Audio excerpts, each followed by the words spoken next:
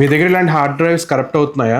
అయితే దీనికి better solutions ఉన్నాయి. వెడ్డింగ్ ఫోటోగ్రాఫర్స్ కి biggest nightmare data storage. So ఈ డేటా స్టోరేజ్ ని మనం కొన్ని స్టెప్స్ తీసుకోవడం వల్ల దాన్ని 100% సెక్యూర్ గా కూడా చేయొచ్చు. అందులో ఒక ఆప్షన్ ఏంటి అంటే NAS. ఈ NAS డ్రైవ్స్ యూస్ చేయడం వల్ల మనకి mainly 4 benefits. Number 1 data protection, number 2 centralised backup, number 3 cloud storage, number 4 data transfer speeds. Number 1 data protection. ఇప్పుడు ఇలాంటి హార్డ్ డ్రైవ్స్ లో ఏంటి అంటే మీరు ఎంత పర్ఫెక్ట్ గా వాడినా సరే దీనికి ఖచ్చితంగా ఒక డెడ్ లైన్ అనేది ఉంటుంది. సో అదే మీరు ఇంపార్టెంట్ డేటా ఇందులో స్టోర్ చేసుకున్నప్పుడు ఆ డెడ్ లైన్ టైం కి మీకు ఖచ్చితంగా మీ డేటా లాస్ అయ్యే chances are very high. So అందువల్ల ఏంటి అంటే ఈ NAS డ్రైవ్స్ లో ఏంటి అంటే మనకి రైట్ టెక్నాలజీ అనేది ఉంటుంది. సో ఈ రైట్ టెక్నాలజీలో ఏంటి అంటే ఇప్పుడు సపోజ్ ఇందులోనే 8 డ్రైవ్స్ ఉన్నాయి. సో ఇప్పుడు ఇందులో ఏదైనా ఒక డ్రైవ్ ఫిజికల్ గా డ్యామేజ్ అయినప్పుడు దాన్ని నేను కొత్త డ్రైవ్ తో రీప్లేస్ చేయగానే ఆ డేటా అనేది నాకు ఆటోమేటిక్ గా రిట్రీవ్ అవుతుంది. సో ఇందువల్ల ఏంటి అంటే మనం చాలా వరకు డేటా లాస్ ని మనం కంట్రోల్ చేయొచ్చు. Number 2 centralised backup. సో ఈ సెంట్రలైజ్డ్ బ్యాకప్ వల్ల బెనిఫిట్ ఏంటి అంటే ఒకేసారి ఒక 3-4 సిస్టమ్స్ ఉన్నా కూడా వాళ్ళు యూస్ చేసుకోవచ్చు. అదే మీరు ఇలాంటి హార్డ్ డిస్క్స్ అనుకోండి,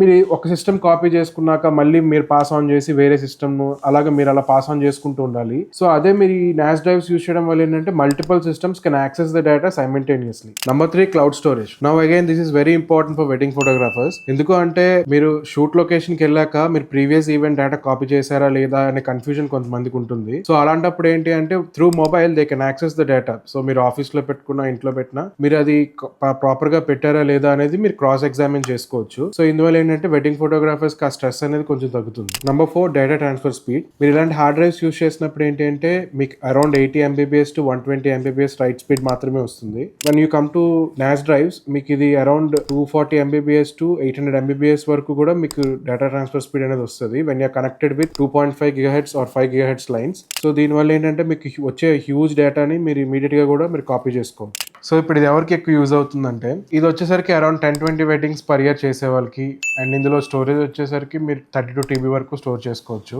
దీని కాస్ట్ వచ్చేసరికి 70,000 to 1.5 lakh అవుతుంది. వన్ కమ్స్ టు దిస్ ఇదేంటంటే లైక్ ఎక్కువ weddings 30 to 50 weddings per year చేసే వాళ్ళకి అండ్ నంబర్ ఆఫ్ సిస్టమ్స్ ఎక్కువ ఉన్న వాళ్ళకి బాగా యూజ్ అవుతుంది. ఇది వచ్చేసరికి మీకు 4 to 6 lakhs అవుతుంది. అండ్ దీనిలో స్టోరేజ్ వచ్చేసరికి మీరు 120 TB వరకు స్టోర్ చేసుకోవచ్చు. సో ప్రస్తుతం వస్తున్న 4K ఫుటేజెస్ కి మనకి చాలా హ్యూజ్ డేటా అనేది వస్తుంది. సో ఏ వెడ్డింగ్ చూసుకున్నా సరే మినిమం 2 TB.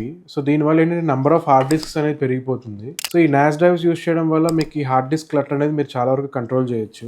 అండ్ ఇది బేసిక్లీ మన వెడ్డింగ్ ఫోటోగ్రాఫర్స్ కి చాలా బాగా యూజ్ అవుతుంది. ఈ విషయం చాలా మంది తెలిసి ఉండొచ్చు, బట్ తెలియని నా ఫెలో ఫోటోగ్రాఫర్స్ కి ఇన్ఫర్మేషన్ యూజ్ అవుతుంది అనుకుంటున్నా.